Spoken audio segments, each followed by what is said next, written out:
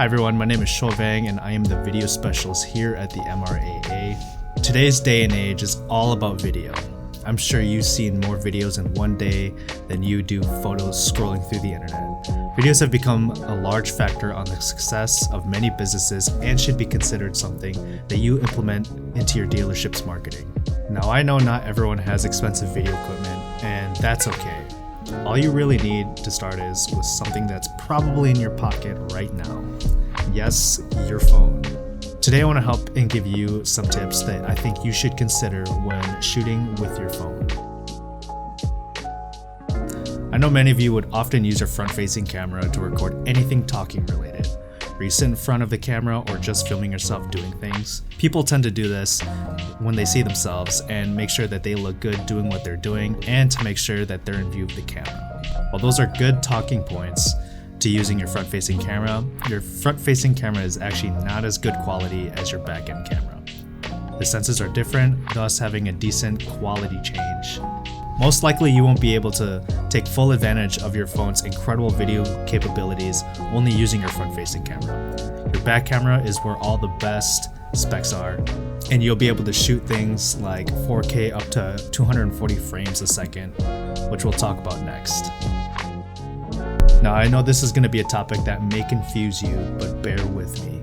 So there are two numbers that I want you to remember, 24 and 60. These two numbers are the frame rates that I suggest you using when shooting video. Let me explain.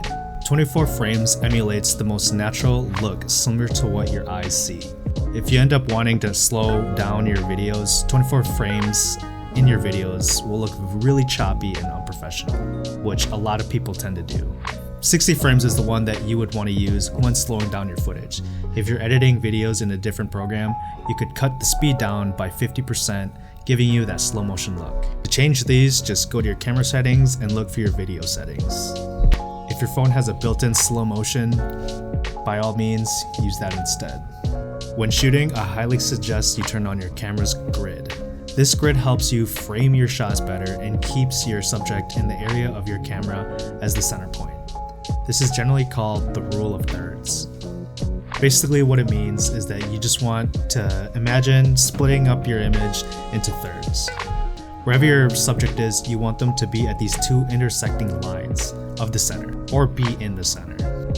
For an example, if I was way on the left, your eyes would be focused on the left, and then there would be all this negative space that would need to be filled, unless you have slides or pictures. Your subject should be on these intersecting lines or in the middle. This rule can be followed with anything you're trying to get. Not to say that this is always the case, but it's a good rule to follow. Locking your autofocus and exposure.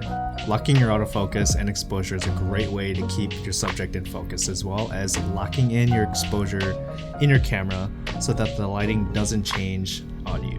Whenever you're recording and moving the camera around, your camera will automatically change exposure and focus to wherever you're pointing. This gives your video a more amateur look as your exposure and white balance changes. And as your camera is trying to find these new focal points to focus on, it looks a little Keeping these two things under control gives you the ability to make sure that things look better and keeps your viewers' eyes on your main subject. This is one area I think is the most important when recording videos for your dealership. So a quick summary of these terms are from having your phone positioned vertical versus horizontal. Knowing when to use both in certain situations can greatly improve both the way you shoot content and the way that it should be viewed. Vertical is more of a portrait view. Personally, I mainly use this for taking photos, but in today's content age, there are more vertical videos coming out now that is basically becoming a standard. I think the best way to approach using vertical is when you're doing some short form content that does not need a wider view. So things such as talking head videos or super short pieces of content that you can easily whip up, I say would, work the best. I would stay away from using this when trying to show off larger products that you may not be able to fit into your hand. For landscape view, this is the traditional horizontal way of pointing and shooting. This view is the best when wanting to shoot wide. My easiest rule to follow is if you want to fit more into your screen, shoot wide. Shooting in this view gives you so much more room to capture things in your view. Ideally, it would be better to shoot landscape when trying to capture anything large on screen. All these were just a quick few tips on shooting better videos. I know some of it may be a little confusing at first. If you have any questions, always feel free to reach out to us at the MRAA.